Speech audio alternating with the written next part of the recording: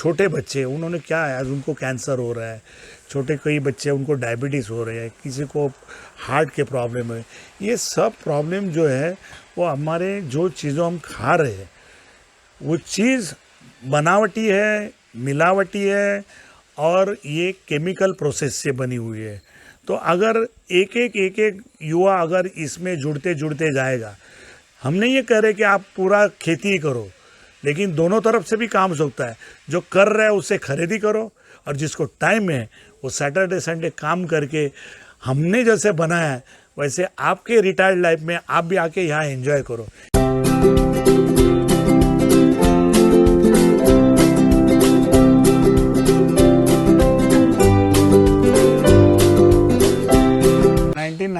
में हमने यहाँ तो पेड़ लगाना चालू किया था और एक्चुअली 98 से लेके अभी 2020 यानी लंबा सफ़र अभी 22 साल चल रहा है।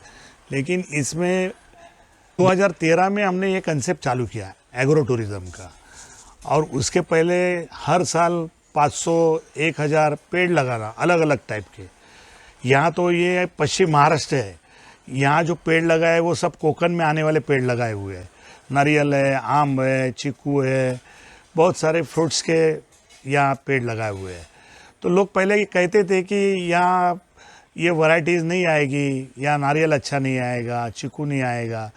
लेकिन हमने ये प्रोजेक्ट में थोड़ा हमें नेचर से लगाव था, तो हमने ये जो कंसेप्ट चालू किया तो जैसे पेड़ बढ़ने लगे उसको जैसे जैसे फल आने लगे तो वैसे हमारा भी हौसला बढ़ते गया और ये थोड़ी हॉबी थी।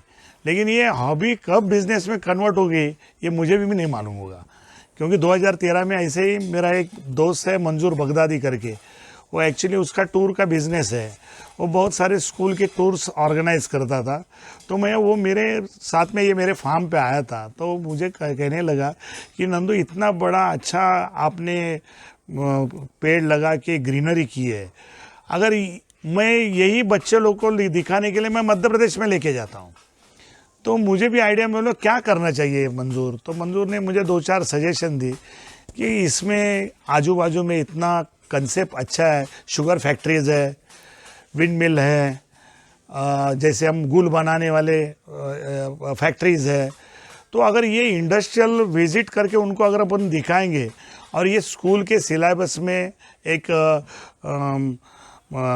फार्मिंग पिकनिक करके, नहीं तो नेचर के साथ जुड़े हुए लड़के को कंसेप्ट दिखाने के लिए ये अपना स्पॉट बहुत अच्छा काम कर सकता है।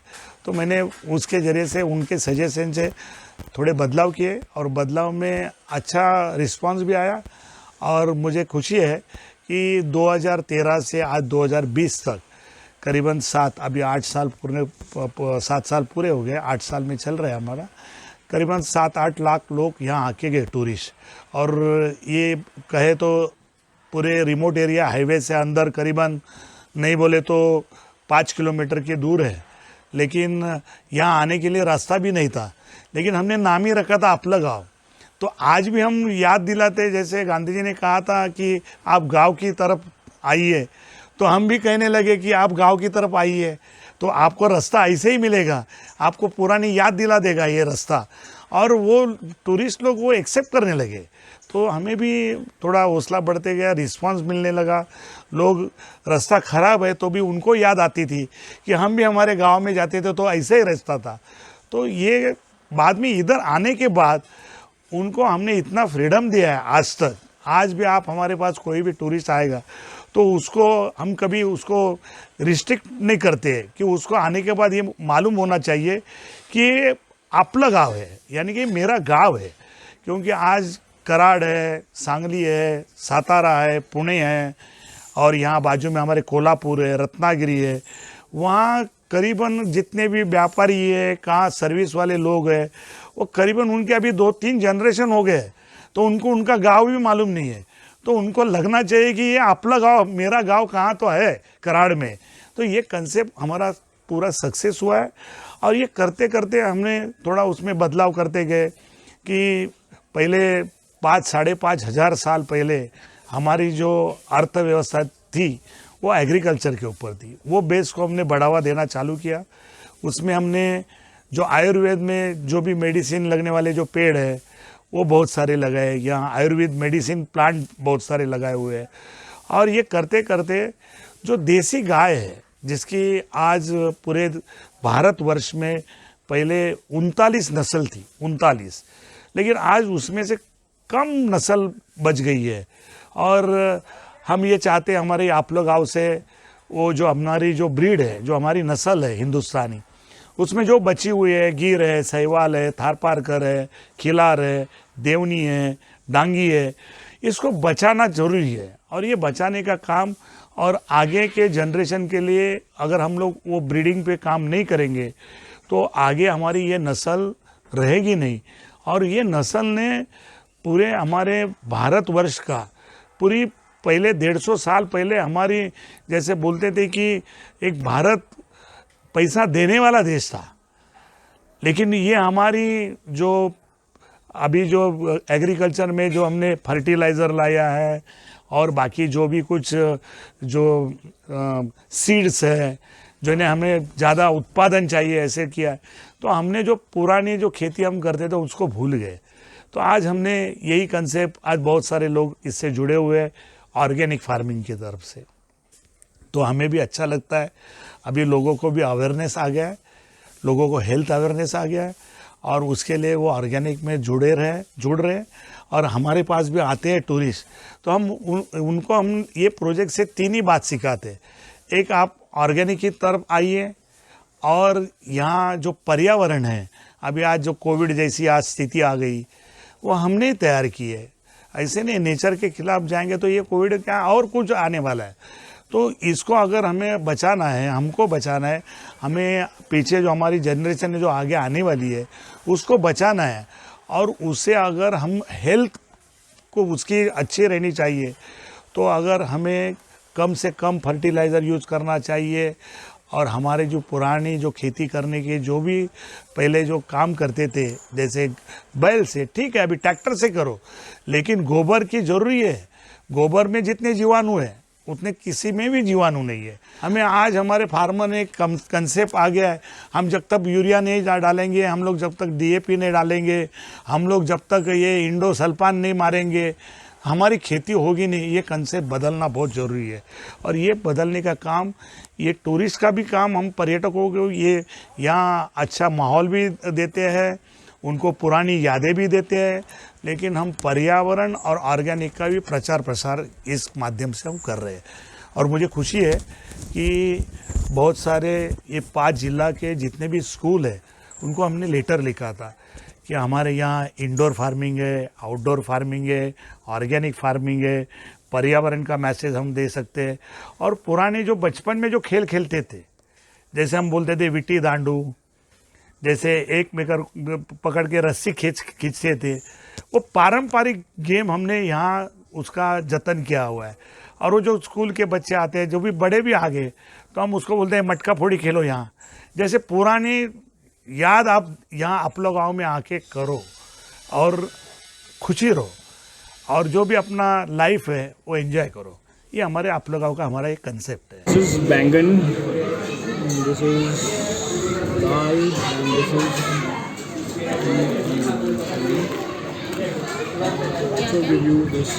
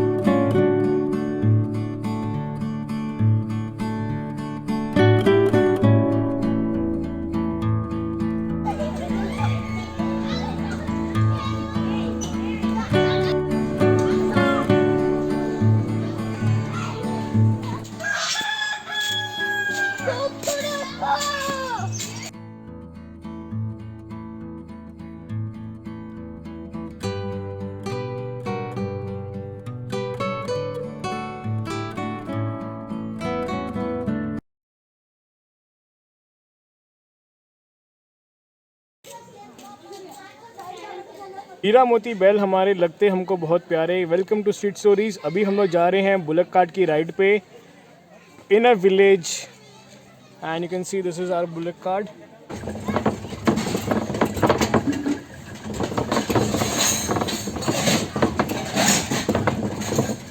हमारे साथ और एक सवारी है। आपका नाम क्या है सर? गुरुदीप चौतमाई, आप कहाँ से आए हो? सांगली से। आप सांगली से आए हो? Very nice. Say hi to everyone. So guys हम लोग जा रहे हैं अभी विलेज के रूप में। हॉर्स राइडिंग का अपना ही एक अलग मज़ा होता है। There are lot of places जहाँ पे हॉर्स राइडिंग कर सकते हो, बट इस विलेज में हॉर्स राइडिंग करना is really really wonderful and wow. So अगर आप अपने गाँव आते हो तो हॉर्स राइडिंग ज़रूर करना। छोटा सा राउंड है बट इट्स रियली नाइस।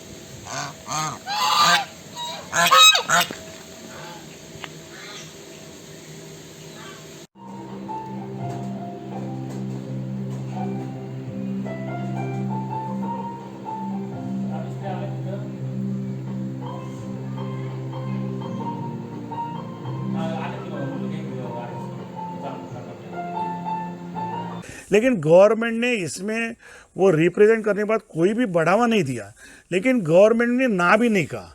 लेकिन मुझे अभी खुशी है, अभी 2 महीने पहले गवर्नमेंट ऑफ महाराष्ट्र ने, टूरिज़्म डिपार्टमेंट ने, मिस्टर आदित्य जी ठाकरे जो टूरिज़्म मिनिस्टर है, उन्होंने ये पॉलिसी जो 2013 में मार्ट की तरफ से और एटीडीसी की तरफ से की थी, उसको उन्होंने जीआर में बदलाव लाया।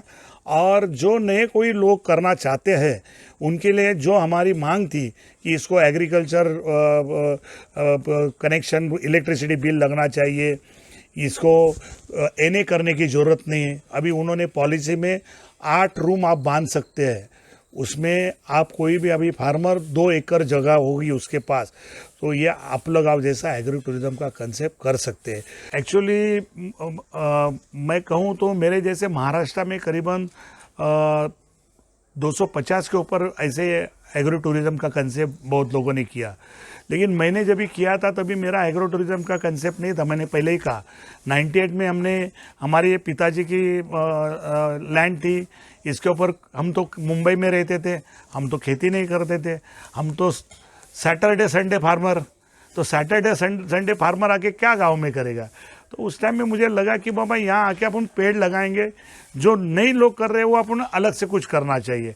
तो मैं तो यही कहूँगा, अभी जो न्यू जनरेशन है वो आज से अगर हमारी ये सैटरडे संडे फार्मिंग करेंगी तो रिटायरमेंट में आप लगाओ जैसा और ये वो लोग कंसेप्ट कर सकते हैं। क्योंकि उस टाइम में मुझे भी मालूम नहीं था कि ये कैसे होगा, तो हमने चालू किया। बाद में गवर्नमेंट से, तहसीलदार से हमको नोटिस आ गया, ये आपने कैसे स्ट्रक्चर बनाया, खड़ा किया, तभी हमें मालूम हो गया कि इसके लिए गवर्नमेंट सपोर्ट कर रही है। लेकिन इसमें जो भी महाराष्ट्र में 250 के ऊपर जिन्होंने एग्रो टूरिज्म बनाए थे वो सब लोग इकट्ठा हो गए और एक मार्ट करके ऑर्गेनाइजेशन बनाया। एटीडीसी जैसे एग्रो टूरिज्म डेवलपमेंट कॉरपोरेशन जैसे एक एनजीओ बनाई, और वो एनजीओ और वो मार्ट की जैसे एनजीओ से गवर्नमेंट को रिप्रेजेंट किया 2013 में कि बाबा इससे फार्मर को भी फ़ायदा है और वहाँ के जो लोकल लोग हैं उनको एम्प्लॉयमेंट मिल सकता है। तो 2013 से गवर्नमेंट के पास पॉलिसी पड़ी थी, तो उस पॉलिसी में हमने क्या मांगा था कि ये जो हम कंसेप्ट कर रहे हैं, आगे भी कोई करना चाहते हैं तो इसको आप कमर्शियल लाइट का मत बिल लगाइए, इसको आप फार्मिंग के लिए जो एग्रीकल्चर चार्ज करते हो उसको आप चार्ज कीजिए। दूसरी हमारी मांग क्या थी, ये स्ट्रक्चर के लिए अगर एनए करने जाएंगे तो एनए तो फार्मर नहीं कर पाता है और कर भी नहीं सकता है, तो ये आगे कोई करेगा नहीं। और ये अगर कंसेप्ट छोटा लगता होगा लेकिन ये एक बहुत बड़ी इंडस्ट्री हो सकती है, क्योंकि ये एक इंडस्ट्री की वजह से मेरे ख्याल से 5 या 10 किलोमीटर के अंतर में जो भी बिजनेस है उसको बढ़ावा देने का काम ये प्रोजेक्ट कर सकता है। जैसे कि ये हमारे प्रोजेक्ट के बाजू में राम का पुराना 350 साल पुराना मंदिर है। अभी हमारे यहाँ लोग आते हैं, हम कहते हैं कि आप वहाँ जाइए, तो वहाँ जाते हैं, वहाँ जो हॉकर्स है, वहाँ के जो लोग हैं, उनका कोई ना कोई माल बेचा जाता है। यहाँ के पेट्रोल पंप है, हमारे यहाँ गाड़ी आते हैं, वहाँ पेट्रोल भरते हैं, डीजल भरते हैं, वहाँ के कोई व्यापारी रास्ते में है, वहाँ कोई छोटा ठेला होगा, वहाँ रुकते हैं लोग। तो एक ये प्रोजेक्ट अलग से इकोनॉमी चेंज कर सकते हैं आजू बाजू से। गाइस फाइनली हम लोग आ गए हैं गन्ने की खेती में। ये आप देख सकते हो there are lot of sugar canes here. और ट्राई करते हैं एक आधा गन्ना तोड़ने की right from the farms. So this is the गन्ना।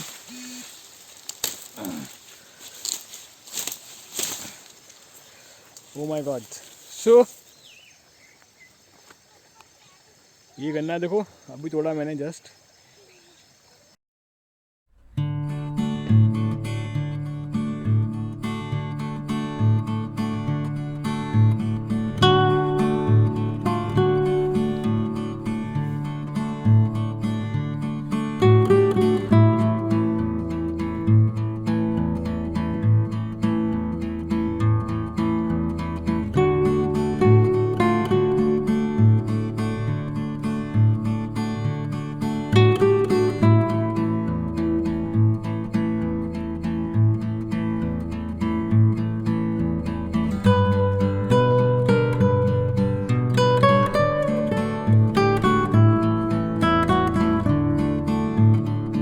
सो गाइज़ ये है गर्म पानी का सिस्टम।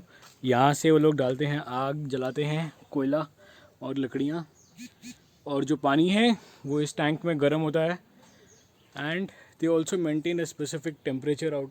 और उन्होंने जब भी वो पॉलिसी नहीं थी तो कोई बैंक कर्जा नहीं देती थी, गवर्नमेंट कोई सब्सिडी नहीं देती थी।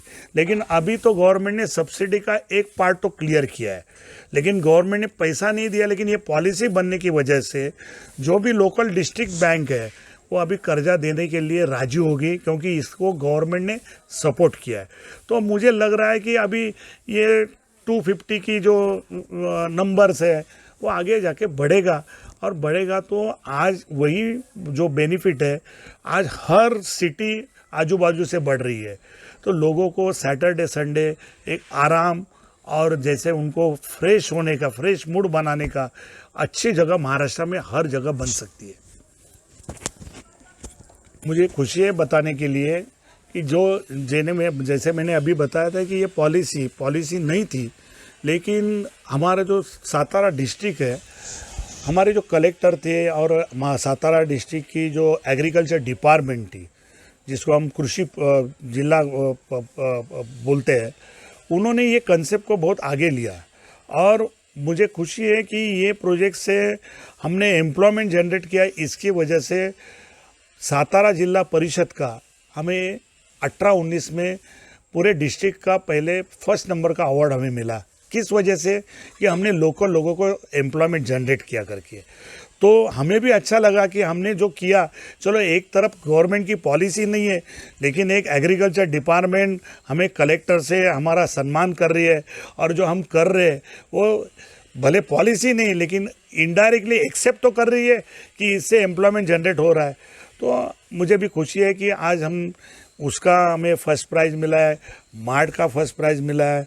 और मुझे लग रहा है कि ये छोटे छोटे काम आगे बढ़ेंगे तो ज़्यादा एम्प्लॉयमेंट होगा। आज हमारे यहाँ करीबन 35 लोगों को एम्प्लॉयमेंट मिला है, अलग अलग टाइप का मिला है। कोई फार्मिंग में कर रहे, कोई यहाँ जैसे कुकिंग में कर रहे, कोई वेटर में काम कर रहे, कोई बाकी गाइड का काम कर रहे हैं। तो जैसे जिसकी ताकत है, जिसका जैसे आपने बोला आत्मनिर्भर, तो आत्मनिर्भर क्या है? हमें भी हमारा खुद का एम्प्लॉयमेंट करना है, हमें सोचना है, हमें ही करना है।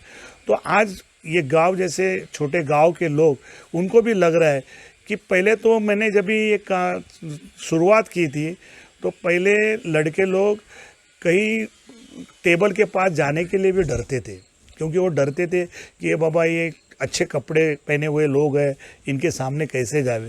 लेकिन मुझे लग रहा है कि जो गवर्नमेंट ऑफ इंडिया का जो आत्मनिर्भर का ये जो काम है, ये बहुत अच्छा काम है। और हम तो बहुत छोटे लोग हैं, लेकिन छोटे छोटे लोग भी अगर छोटे छोटे काम से जुड़ेंगे तो ये आत्मनिर्भर का जो संकल्पना जो सेंट्रल गवर्नमेंट की है वो निश्चित रूप से सही मामले पे आ जाएगी।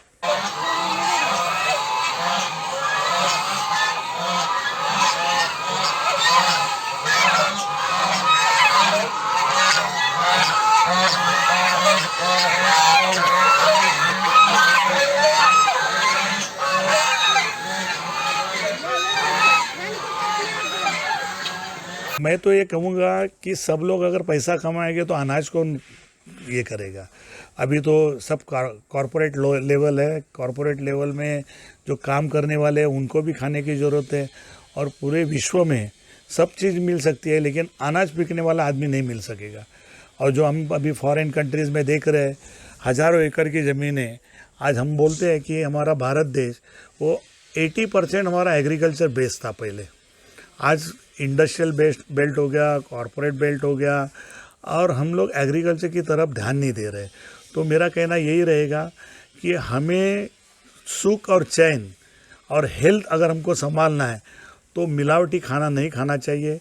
ऑर्गेनिक की तरफ जो फार्मर काम कर रहे हैं उनको बढ़ोतरी देना चाहिए, उनको सपोर्ट करना चाहिए। थोड़ा आपको 5-10 रुपया ज़्यादा लगेगा उसमें खरीदने में, लेकिन आप खरीद लो।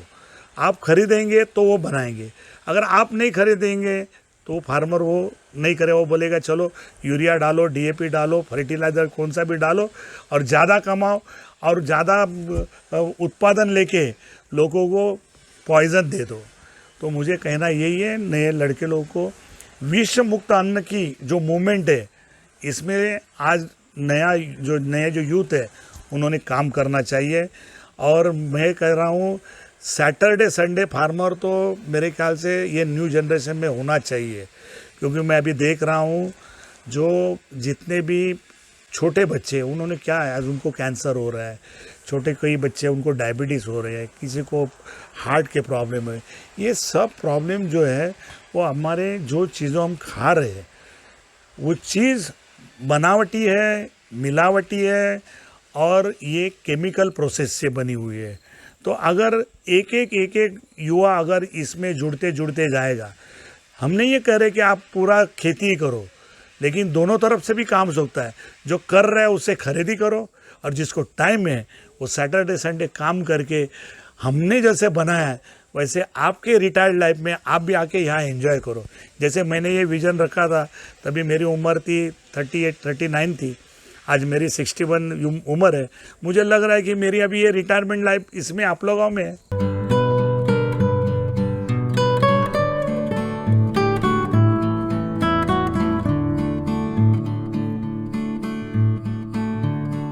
I hope you have liked the video. Do like, share and subscribe to Street Stories for more such videos.